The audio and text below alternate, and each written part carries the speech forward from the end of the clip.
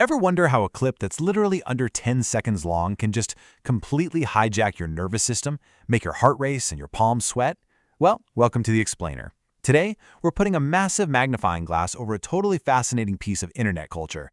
We're going to deconstruct the anatomy of a micro scare by unpacking a single, incredibly brief viral horror reel.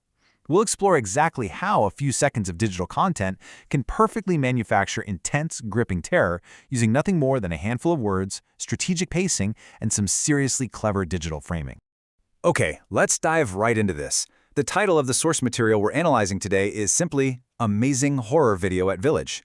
Sounds kind of basic, right? Almost too simple. But actually, it's doing a ton of heavy lifting to instantly set a classic, eerie scene for the unsuspecting scroller. When you pair the word village with horror, your brain immediately pulls up this universal set of associations. We naturally think of isolation. We think of being miles away from the bright, safe city lights. We picture vast, quiet spaces where literally anything could be hiding in the dark. Before the video has even really begun to play, the creator has successfully dropped us right into the middle of a vulnerable, rural setting. Let's get into Section 1, the setup of viral horror. So before we even hear a single voice or see a sketchy shadow in the footage, the digital metadata is already working overtime behind the scenes to frame your expectations.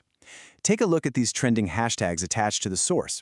We've got hashtag horror, hashtag haunted, and hashtag scary, sitting right next to the algorithmic powerhouses like hashtag reels and hashtag trending. Now, we usually just think of hashtags as SEO tools to get views, right? But psychologically, these specific tags are basically the modern digital equivalent of a creepy movie poster. They're preemptively warning your brain that something frightening is about to happen. You are being primed. When your nervous system registers hashtag haunted, it actively starts scanning the screen for threats, turning what could be a totally boring video clip into a highly tense scavenger hunt. Your guard goes straight up. And this brilliantly illustrates the sheer power of contrast in modern horror. Check out the physical setting described in the audio. On that edge of the house. I mean, it doesn't get more mundane than that. Just the corner of a normal, everyday residential building. But contrast that boring setting with the creator's actual channel name, Devil's Night Dharmendra. We have this overtly theatrical, supernatural branding crashing headfirst into a regular old house. That juxtaposition is exactly what creates such a profound sense of unease. The terror here doesn't come from some spooky haunted castle. It comes from the terrifying implication that Devil's Night is manifesting right on the very mundane edge of a normal house. Moving on to Section 2, Building Suspense Through Linguistic Pacing. Get this. This is the entire chronological breakdown of our microbeat of terror, and the whole thing happens in roughly 4 seconds of actual runtime. 4 seconds! Think about it. Traditional horror movies take 90 minutes to build up, with this timeline accomplishes in 4 seconds. It's 0 seconds, we start with a simple observation. So there is something on that edge of the house, brother. Boom, by 2 seconds it escalates to a firm direction. Look now, just. And by second 4, absolute shock. Oh, wow. Oh. It's literally an entire psychological journey, from casual curiosity to focused tension straight into pure terror, crammed into an ultra-short format. The real magic trick happens right here at the very beginning of the clip. Listen to the translation of this initial observation.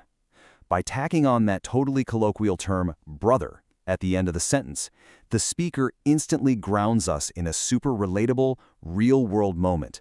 It genuinely feels like you're just standing there next to a buddy. It's so casual. And because it's casual, your mental defenses just drop. You aren't watching some highly produced Hollywood movie with CGI. You're seemingly just hanging out with a guy who happened to spot something slightly off in the distance. That everyday casualness, it's a complete psychological trap, perfectly setting you up for the supernatural dread waiting right around the corner. But then, notice this sudden, totally jarring shift in how the speaker interacts with the audience. He says, "Look now, just." In the span of a mere 2 seconds, the creator pivots from making a passive, casual observation to directly commanding our attention. He is actively telling us, telling you, to look. That tiny, simple command absolutely skyrockets suspense. He's essentially forcing us to stare directly into the unknown right alongside him. Our anticipation goes through the roof right here, because we're basically being told the scary thing is about to reveal itself, so whatever you do, do not blink. Which brings us to Section 3, the peak of fear, the payoff. And then, oh wow, notice what just happened there. In a split second, structured language completely falls apart. No descriptive words, no rational explanations, just a pure, visceral, panicked reaction. The entire jump scare is delivered purely through vocal performance. We don't even need to see a physical monster on the screen. That sudden, chaotic break in his composure acts like this terrifying mirror, instantly triggering our own fight-or-flight response. It's absolutely wild. All of which leaves us with one final burning question. What exactly was caught on camera? Well, the undeniable genius of the short-form microscare, and honestly the reason these things spread like wildfire across the internet, is that they almost always cut off or obscure the actual threat.